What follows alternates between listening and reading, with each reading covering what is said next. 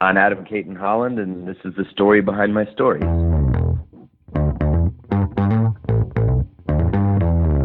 You're listening to the Author Stories Podcast, bringing you the story behind the stories and the storytellers. Margaret White, Terry Brooks, Sheena Kamal, Matthew Quick, JT Ellison, Walt D. Williams, Brad Ford, Corey Doctorow, Brandon Sanderson, Robin Mom, Ernest Klein, Jim Butcher, Sherwin Harris. Visit hankgarner.com for archives of all the shows. Today's guest is Adam Cayton-Holland. Welcome back, true believers, to the Author Stories Podcast. I'm your host, Hank Garner, and this is episode 446. My guest today is Adam Cayton-Holland. You may be familiar with his work as a stand-up comic. You might have seen him on The Conan Show or any number of other places. He is a phenomenal talent, but he's also written a book that is a very personal, private look into his relationship with his sister and an exploration of mental illness and how we deal with things inside of family. It's an awesome book, not completely dark and not completely funny, but kind of a glimpse into real life. I think you're really going to enjoy this interview with Adam Cayton-Holland. Today's show is brought to you by the Association of Independent Publishing Professionals, the AIPP. You can find them at aipponline.org/members, and there you can take a look through the member directory. You can sort by the types of people and services that you need. Just because you're an indie publisher doesn't mean that you're doing this all alone. You need to build a team of people that can specialize in what you need. Go to aipponline.org/members and find your team today. Also, thank you to Audible for sponsoring the show. Go to audibletrial.com/Hank. Sign up for a free trial of Audible where you get an audiobook each month with your subscription. And for signing up, you get a free audiobook. No questions asked, no strings attached. If you don't like the service and you decide to cancel, the audiobook is yours free to keep forever. That's audibletrial.com/Hank. Now on to our show. Well, thanks for joining me again for the Author Stories Podcast, where I bring you the story behind the stories and the storytellers. Today, I'm really excited to have Adam Cayton-Holland on the show with me today. Adam has a brand new book called Tragedy Plus Time, and this book has been raved by critics, and this book is going to hit you on a gut level, but maybe not in ways that you anticipated. Adam is also a headlining stand-up comic, and you might have seen him on Conan or any number of late shows or across the internet. Welcome to the show today, Adam. Hey, thank you. Thanks for having me. Yeah, Adam, before we get into talking about the book and stand-up comedy, we begin each show with the same question, and that question is, what is your first memory of wanting to be a writer or storyteller? Wow. First memory of wanting to be a writer or a storyteller. I guess the sort of strongest memory for me, which is somewhat writing, is, and I actually discussed it in the book, was there was these ninth grade. I went to this private school that went kindergarten through ninth grade, which is weird, but we all had to give a speech. Every ninth grade had to give a speech at the weekly assembly. Everyone had to do it, had to be like 2 minutes long, get some public speaking under your belt. And I just remember being so excited to do it because I wrote a top 10 list, like David Letterman top 10 lists. And I crushed it. And I was not very well liked at that school. I was unpopular, but it definitely, like, that success of that top 10 list made me a hero for a day. So I think that wasn't really my most literary of efforts, but it was the first time I was like, oh, I can just sit here and put my thoughts down and impress people. Yeah.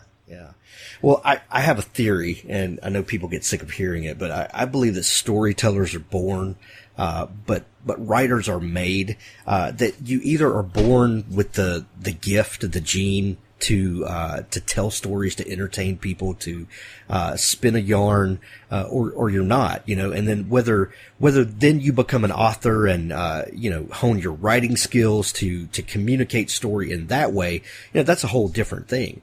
But storytellers are born, I think, and sometimes it takes just that little catalyst to make you realize that it's in there. And do you think that directly fed to your eventuality of becoming a stand-up comic?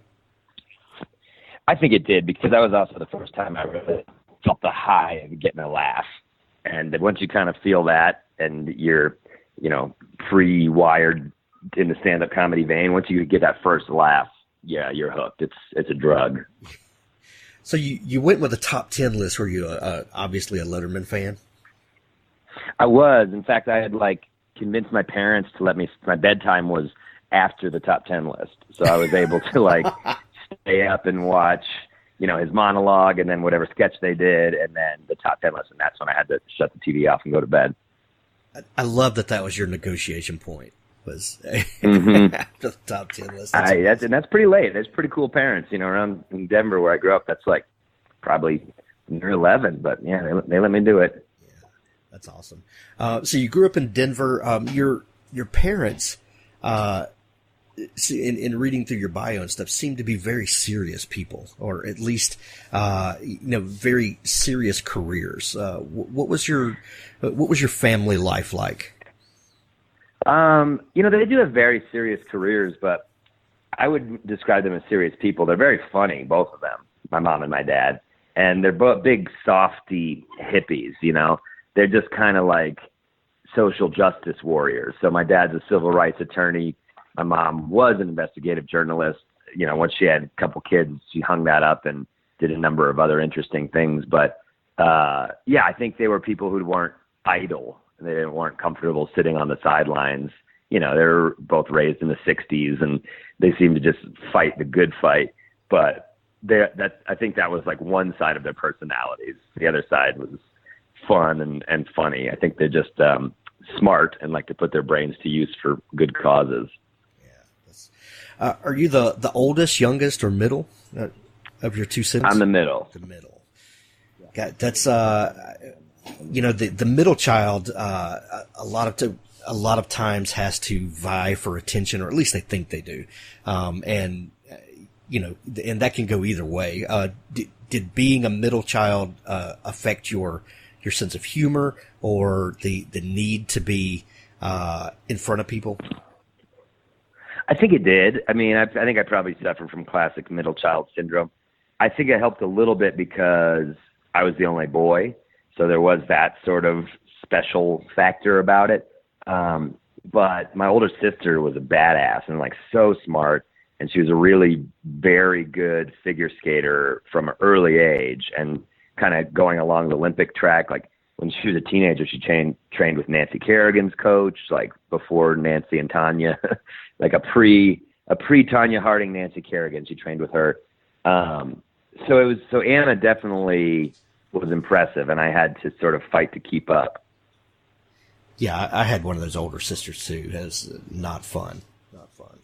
But no, and so you kind of realize, you got to do different things to get their attention. Anna's hilarious, but Anna never tried to do anything with that. Right. At what point, Adam, did you know that you wanted to try your hand at comedy? Honestly, not for a long time. I wrote a lot.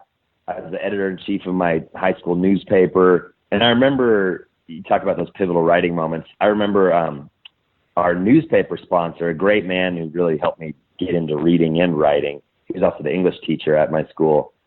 He one day brought in a copy of The Onion, the newspaper The Onion. And this was probably 96. The Onion started in Madison, Wisconsin, but one of the first place they distributed outside of Madison, back before the internet was huge, was Boulder, Colorado. They figured it was a similar college town. And so you could get physical copies of The Onion in Boulder. And this newspaper sponsor, we were writing top 10 lists. We were trying to be funny. He was up in Boulder and he saw The Onion, so he brought in some copies to us. And I was it was mind blowing. I was like, what is this? I thought it was the funniest stuff.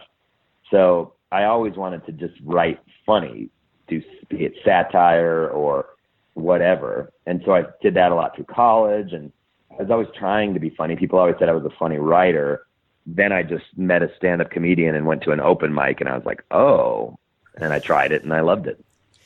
I talked with Jay Moore on the show a couple of years ago, and we were talking about stand-up as that it's a unique experience in that you're telling stories, but it's almost like you're editing live because you have immediate feedback from an audience, and a novelist doesn't have that. You go through the entire story and then people see it, and then you go back and change things. But when you get in front of a live audience, when you had been writing comedy or writing funny, then when you get in front of people, does that alter the way that you tell stories? Sure, absolutely. I mean, one definitely informs the other. Yeah. But that immediacy is a very quick answer. Like, you know, you can, and your aim gets better. Like, for example, now I've been doing comedy 14 years, and the first 5 years, you throw out all sorts of material, and you're like, what's going to work? You know, I hope this works. Now your aim gets better. You're like, all right, I think this bit's going to be really good. Or you think of some weird idea, and you're like, I don't know how to convey that properly. But that said, they either laugh or they don't. So you can sit up there being like, well, they're not laughing because they don't get it, and I'm too smart for them. It's like, or it's just not funny. Right. And sometimes it might be a little of each. And sometimes it might be a little, you know, oftentimes it might be a little of each. Right. Right. Oh man. So having that background in writing and knowing that you can weave a story, and then you get up and you start doing this in front of people. Did you start writing more material for your stand-up, and how does that work for stand-ups exactly? Like when you're preparing maybe for a special, and you know that you're going to have callbacks and all of this stuff, that there needs to be obvious preparation. But how do you test that and work out the writing of what you're going to do live? Just repetition, you know, like I did a special for Comedy Central last year, and, you know, it took me about a year to get all that material together. So you really just got to tour on it. You write chunks, you know, you're like, all right, here's 10 minutes. And then you write another 10 minutes. And then as you continue to write, you start to sort of see how one informs the other. Even if it's as little as a clever segue between topics, it just makes the audience feel like, oh, these ideas were always meant to be connected, even if you had the ideas 2 years apart from each other. So it's very much editing and trial and error. We talked a little bit, Adam, about you and your older sister, but you had a second sister, right? Yes, yeah. And she and your relationship with her and your family relationship are really the topic of the new book that you've written, Tragedy Plus Time. Tell us a little bit about your sister, and then let's maybe talk about what brought this book to the surface for you. Sure. Well, I mean, my little sister was 4 years younger than me, Lydia, and she was just, you know, Anna was off figure skating a lot of the time. And literally when you figure skate, you're up at like 5 a.m. to go to practice before school. So Anna was on her own track. Not to say we weren't all close, but it seemed like Lydia and I were more at home together. And so, I don't know, we just kind of, we really developed our senses of humor alongside one another. My parents never, except for the Letterman top 10 curfew, they just let us sit in front of that TV as much as we wanted. So Lydia and I just devoured television and movies, and we just kind of riffed off one another, and we write our own weird little characters, and our brains worked the same way comedically. And so we just became really close like that. Like, I always had heart to hearts with Lydia. We'd talk about serious stuff, but anytime I was around Lydia, we were laughing and getting into the weird alt comedy stuff. And, we were very close that way. Awesome. So the title of the book, Tragedy Plus Time, and I don't know who said it. I'm sure you can tell me, but we've heard that said about comedy, that great comedy is really tragedy plus time, that you are able to get a perspective on it, and probably like you mentioned with your parents, that they had very serious jobs and dealt with a lot of darkness in the world, but also had a lighthearted side and tried to communicate to you kids that, even though there's all this darkness out there, you have to deal with it in some way. What happened with Lydia, and what does tragedy plus time mean for you in this situation? Yeah, well, I mean, I don't know how you're structuring this interview for your readers, but I'm gonna give it away. The subject of my book is Lydia's suicide, which was 6 years ago, and that's the tragedy. And yeah, it was insane. It was the worst thing that ever happened to any of us. We're a very close-knit family. None of us really saw it coming. It seemed like Lydia died when she was 28, and for 26 years, you didn't really have any inkling that this was in her. We all, most smart people I know are kind of prone towards the darkness. We all suffered from that. And my family and my sisters and I especially really fetishized the dark, tortured artist. We loved Van Gogh and Elliott Smith and, all these people who wound up taking their lives were always, the artists we liked the most for whatever reason. But so we flirted with the dark stuff, but it took Lydia over in the last 2 years, and it was just this sped up, horrible chain of events where ultimately she took her life. And, the book is about that. And it's about my family growing up. It's about learning to be funny with Lydia. And it's about Lydia starting to spin out and losing Lydia. And then it's about, well, what now? And so that's tragedy plus time. The phrase is a Mark Twain quote, comedy equals tragedy plus time, is essentially the crux of it. So the book isn't, ha ha ha, laugh out loud or laugh a minute. It's a heavy book, but there's a lot of humor in there. And I definitely was not trying to say with the title that, I've landed at some clean place of understanding or it's made my comedy better or anything like that. It's more just a tribute to Lydia, who is this very amazing character, and just kind of an honest look at mental illness and grief. A lot of comedy, Andy, is dark. If we didn't spin it in a funny way, it would be it would not be things that we talked about in polite company. Like you can laugh at really dark things, and it's probably how we cope with those things. But what do you think it is that makes a person cross that line? Like we talk about really dark things, and we joke about death and we joke about illness and things like that as a way of coping. But for some people, it crosses over to reality. And what happened with Lydia that she was different and she dealt with things differently than you did? Well, I talk about it in the book. I suffered some pretty serious depression for about 2 years in college, where I was even suicidal. And so I get the level she got to, clearly not as much, but but I understand how she went there.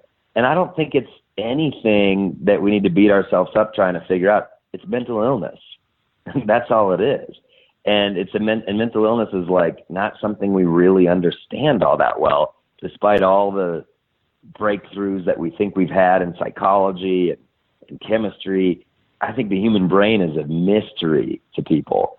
And it sounds cliche, but you really especially when something like this happens to someone in your family or someone you're close to, you have to view this as a disease, as real as cancer. And so you hear Anthony Bourdain killed himself. You're like, well, why would he do that? His life was going so good. Why would he go and kill himself? You really have to think of it like cancer. You can't be like, his life was so good. Why did he go and get cancer? He didn't.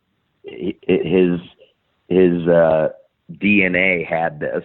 His brain was wired this way, and unfortunately, he wasn't able to treat it. So you have to look at it that way, or you make yourself crazy, being like, what did we miss? What more could I have done? Then not anything. Especially in my case, I know my family did everything.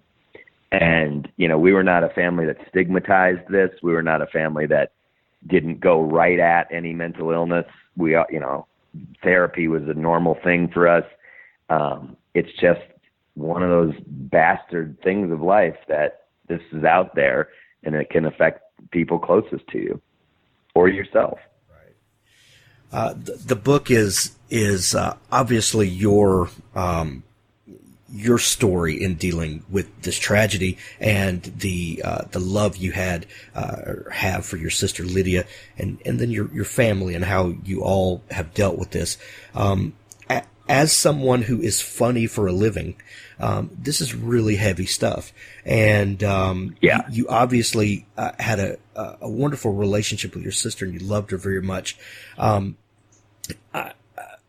I'm sure that you wanted to write a book. You started your career in writing and then stand up. I'm sure that there were plans to publish a book one day, but I'm sure you never planned for this to be the topic of the book. What brought out this story for you, and why was this important for you to dig deep and get to share this story with the world? Yeah, I mean, I'm so wish I didn't have this story to tell, but I'm honored to tell it. And for me, it's purely selfish. This was the biggest catharsis I've had. Writing all this stuff was better than any therapy I went to, and believe me, I went to a lot. This was more helpful than any of that. And I don't know, I'm a vain creative who has to get their thoughts out into the world, whether or not anyone cares to hear them or not. For me, it's my way of processing stuff. So, I started this book by just kind of writing a story on my website about, like, here's what I went through in the past 6 months. And it was just like, a hellscape. But just even putting that out, writing it and putting it out, for me was like a weight off my shoulders. It was like, oh, okay, I guess I've sort of processed it a little bit, or at least thought about it and tried to collect my thoughts in an orderly fashion. And that little article that I shared blew up, and then people kept reaching out saying, I went through this, I went through that, I have a similar thing, or this helped me. And I couldn't believe I'd been sharing little blog items for years. Nothing resonated like this. And so that sort of led to people reaching out to me saying, hey, would you be interested in writing this or that? And it quickly became clear that there was a book here. And so, when it got, after all that, after the book proposal and it's all settled and you're sitting down to write the book, it just poured out of me. I wrote 200 pages more than are in the book. And it was, I don't know, it was just necessary. And it helped me get to a better place.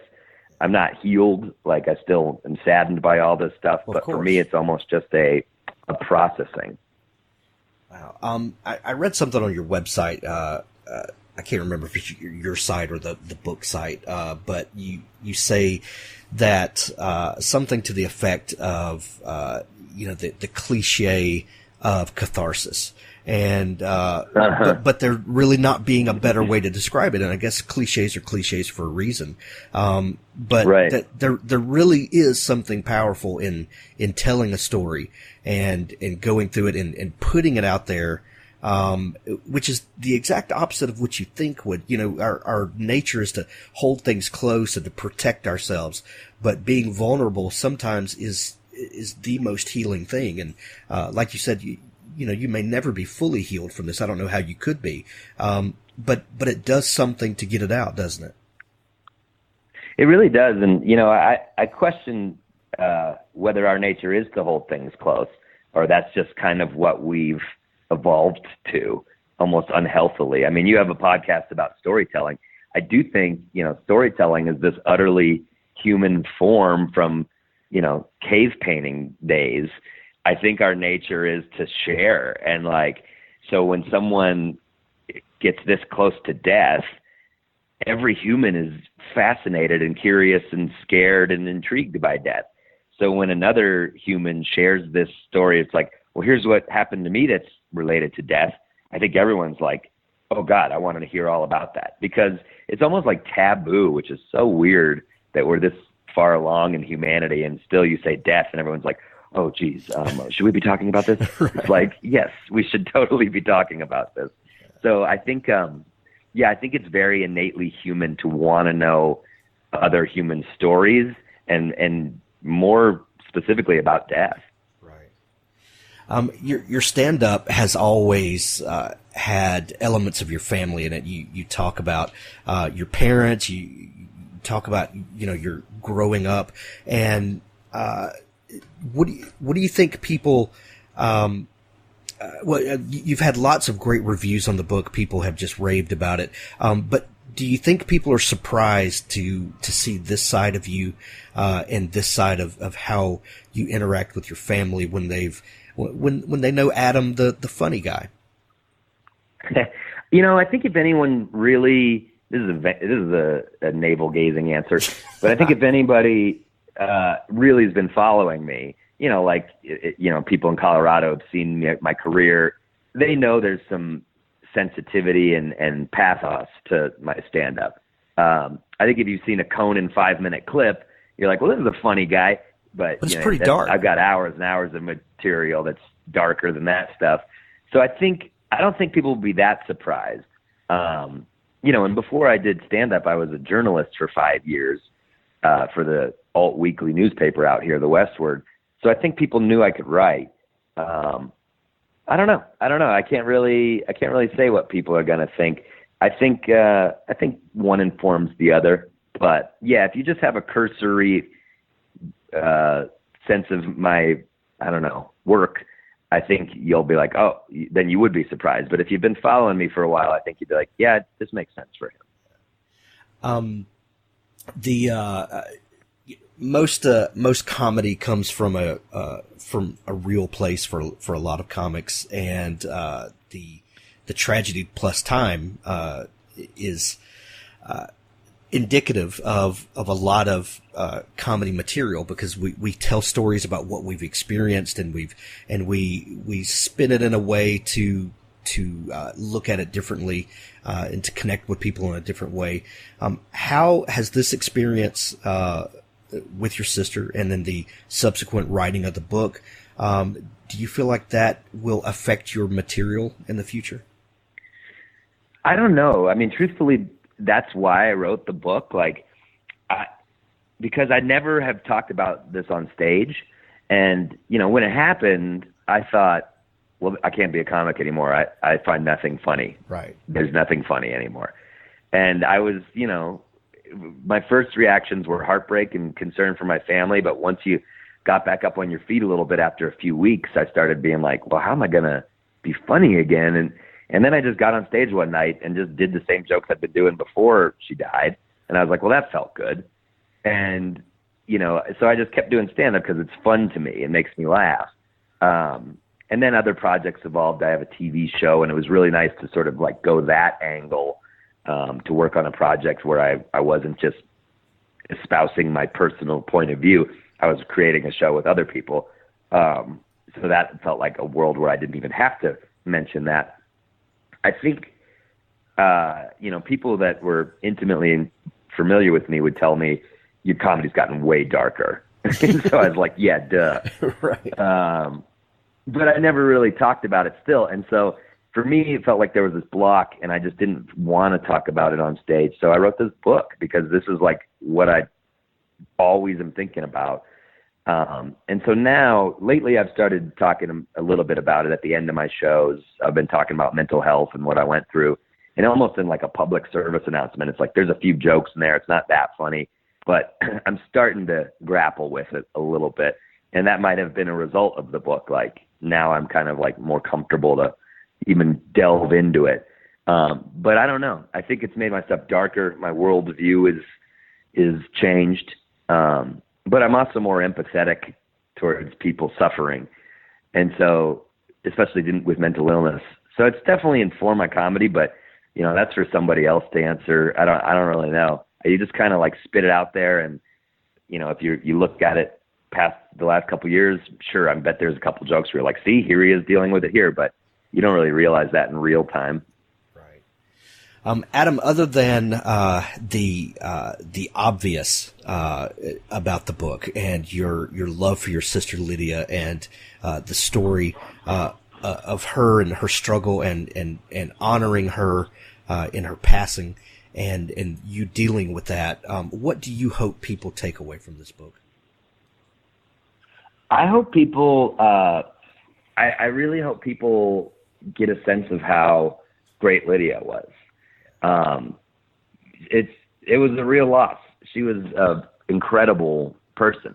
And so I hope that people don't just kind of pick this up and think like, all right, I want to hear about this suffering and like, maybe I can relate to that and it'll help me. I mean, I hope all those things as well, but I hope they come away moved by how incredible my sister was. You know, I really, anybody would say that about their sister, but I really truly believe that. And so I hope I've given people just an ounce of how great Lydia was, and they'll feel sad for that loss, but I hope they also feel happy to have like even just read about such a cool, unique little spirit. The book is out now everywhere. Adam Cayton-Holland, Tragedy plus Time. There's links to it in the show notes. Adam, thank you so much for taking time to come on the show today. Oh, Hank, thank you, man. That was a lot of fun. I appreciate it. Thanks for listening to the Author Stories podcast. For more great author interviews like this one, go to hankgarner.com and dig through the archives. There's something there I know you'll love. Now stay tuned for a special audio clip from Richard Gleaves' The Jason Crane series. No use crying over spilled milk. Eliza hated that cliche. She'd grown up a cliche, her life a bowl of cherries, duck soup, easy as pie, child's play behind a white picket fence. Mother had been the Wyatt Earp of cliches, firing them off, quick draw. A rotten apple spoils the barrel. Smile and the world smiles with you. Every dog has his day. Children should be seen and not heard. She believed them all, particularly this last. Eliza obliged, preferring to wander the streets of Wytheville, Virginia, on her own lonesome terms. The divorce left Laura a spinster librarian, and one false step on icy stairs left her an invalid as well. The accident happened on New Year's Eve, 1950. Laura had just locked the doors of Wytheville Public Library.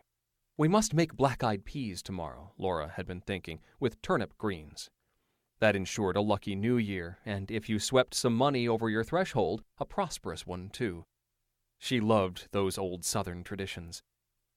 She looked both ways, checking for Negroes, but turned to heel on the icy marble of the stairs and fell into the bushes below, breaking the long bones in both legs. Eliza had taken advantage of her mother's absence. She'd lost her virginity that same night. She'd swept Ron Partridge over her threshold, initiating her own beloved tradition.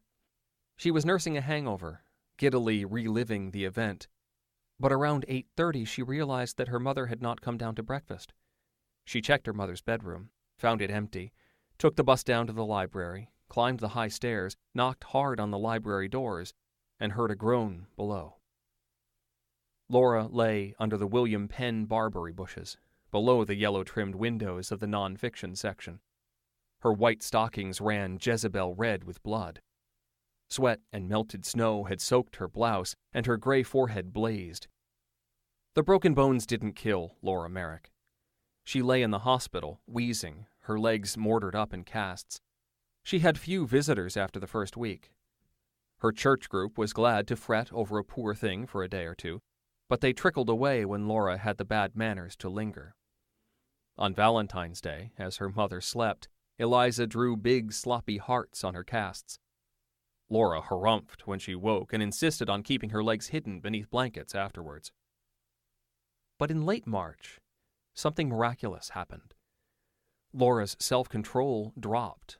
She ranted at nurses, spit at doctors, swore like a Navy pilot dropping F-bombs on Hiroshima. She had dementia, the doctors said. Eliza decided that her mother had just stopped believing her own bullshit. The spells continued over the next 2 weeks, and Eliza enjoyed her mother's company for the first time. They swapped bawdy jokes, ogled the handsome interns, and chattered like best girlfriends late into the evening. They had long conversations, and Laura spoke her own mind in her own words about things that mattered to her. It broke Eliza's heart when the prim, condescending librarian returned. Laura hardly acknowledged anything that had passed between them. The clichés returned. You can't have your cake and eat it too. A leopard doesn't change its spots. Nothing is certain except death and taxes. This last proved true. On April 15th, Laura Merrick marked her Bible with a tongue depressor, set it on her nightstand, leaned back against the headboard, and coughed blood down the front of her nightdress. Eliza found her that way, dead as the proverbial doornail, and yes, the blood was thicker than water, just as her mother had always said. Much thicker than water, in fact, perhaps as thick as molasses in January.